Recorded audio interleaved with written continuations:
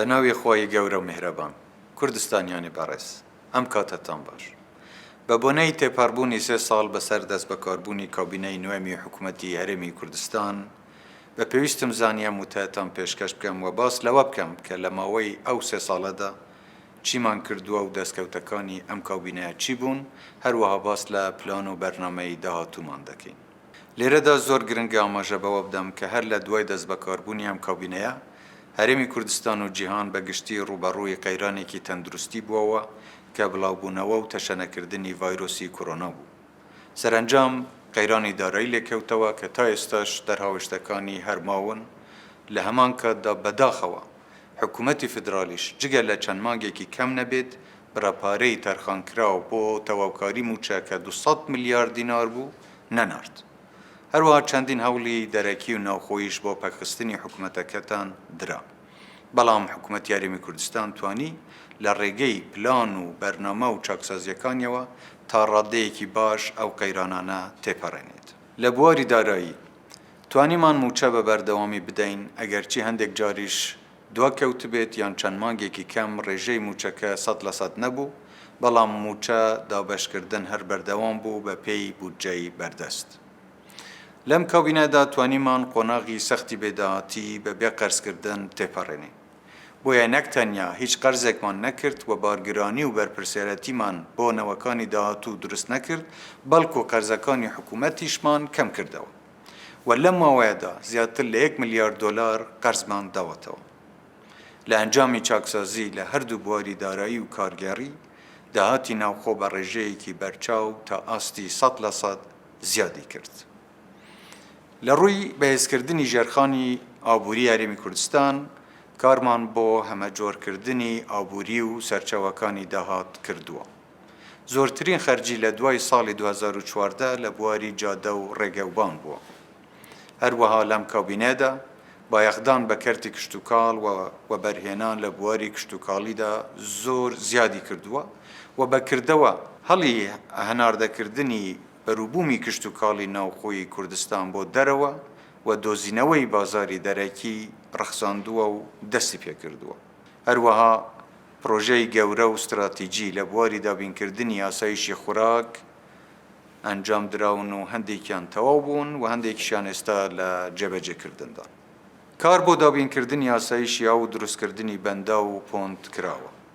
لە کەرتی کارەباشدا ژێرخانی کارەبا بەهێزتر کراوە تا ڕێگە لە بەفیڕۆدانی کارەبا بگیرێت. هەروەها چەندین مێگاواتی تر خراوەتە سەر تۆڕی کارەبایی نیشتیمانی. لە بواری گواستنەوەی گشتی هەنگاوی کردەیی نراون بۆ کارەکردنی گواستنەوەی گشتی و دروستکردنی هێلی ئاسنین. لە بواری کارگێڕی و بەڕێوەبردندا چاکسازی لە سیستمی حکومڕانی و بەڕێوەبردن لە ئاستی هەموو وەزارەتەکان کراوە. لەم ڕاوە زۆرێک لە خزمەتگوزاریەکانی حکوومەت بە ئەلکترۆنی کراون و هەنگاوی کردەیی بۆ دروستکردنی حکوومەتی ئەلکترۆنی نراون. داتە سەنتەرێکی ناوەندیمان بۆ حکوومەت دامەزراندووە، هەروەها سیستمێکی دیجیتالیمان بۆ ئامار و سەرژمێرکردنی دانیشتوانی هەرێمی کوردستان دروست کردووە.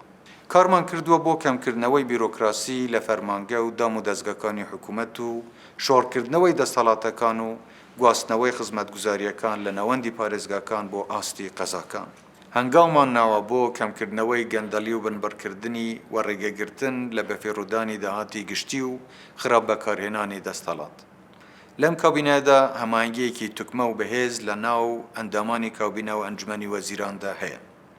زۆرترین کۆبوونەوەی هەفتانەی ئەنجومەنی وەزیران کراوە بۆ گفتوگۆکردن و چارەسەرکردنی کێشە و گرفتەکانی هاوڵاتیان و جێبەجێکردنی کارنامەی حکوومەت.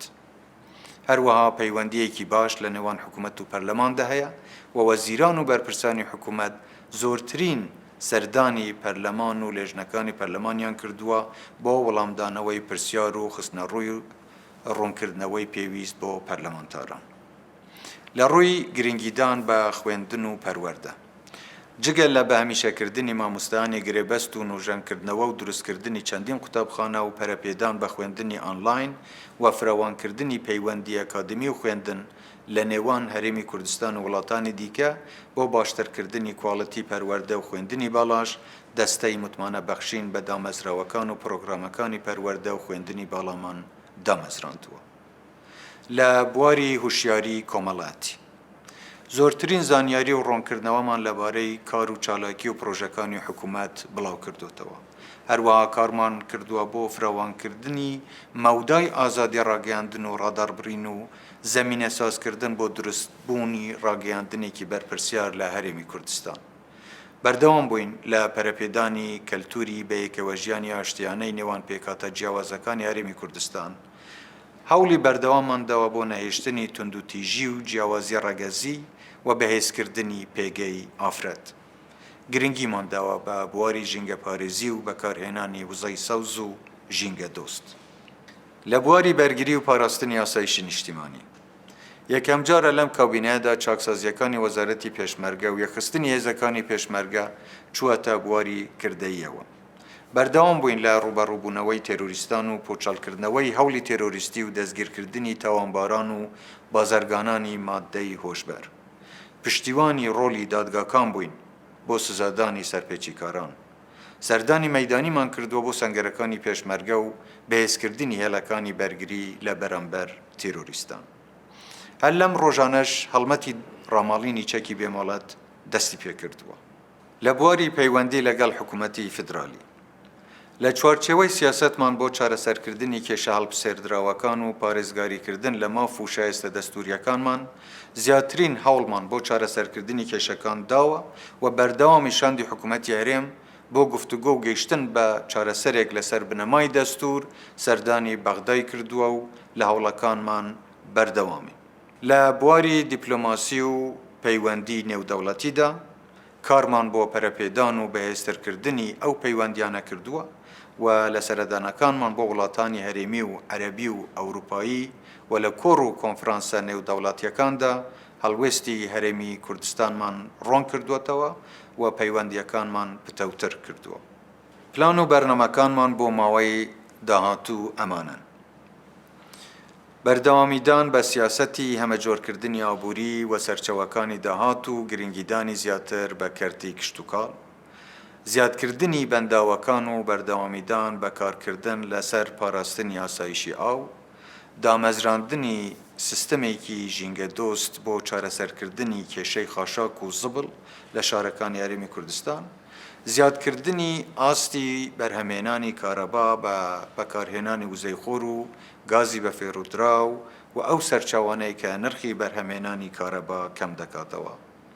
بەردەوامبوون لەسەر پاڵپشتیکردنی گەنجانی کوردستان بۆ بەگەرخستنی پرۆژەی بچووک بە مەبەستی دروستکردنی هەلی کاری زیاتر، بەکارخستنی سیستەمێکی پێشکەوتووی بانکی بۆ بەهێزکردنی ئاڵۆگۆڕکردنی بازرگانی و جۆڵەی بازارەکان و پەرەپێدانی خزمەتگوزاریە بانکیەکان، فراوانکردنی خزمەتگوزاری ناوشارەکان و زیادکردنی ڕوبەری سەوزایی و تایبەتمەندیە ژینگەیەکان لە شارەکان، پەرەپێدان و زیادکردنی یەکەی نیشتەجێبوون بۆ کەم دەرامەتەکان، باشترکردنی خزمەتگوزاریەکان و پێداویستیە سەرەکیەکانی ژیان لە گوندەکان و شارۆچکەکان بۆ ئەوەی هاوڵاتیانی ئەوێ ڕوو لە شارە گەورەکان نەکەن، بەهێزکردنی یاسایشی ناوخۆ و سنوورەکان و بەردەوامبوون لەسەر ئەوەی نابێت هەرێمی کوردستان وەک هەڕەشە و پێگەیەکی هێڕشکردن بۆ سەر هیچ وڵاتێک بەکاربهێنرێت.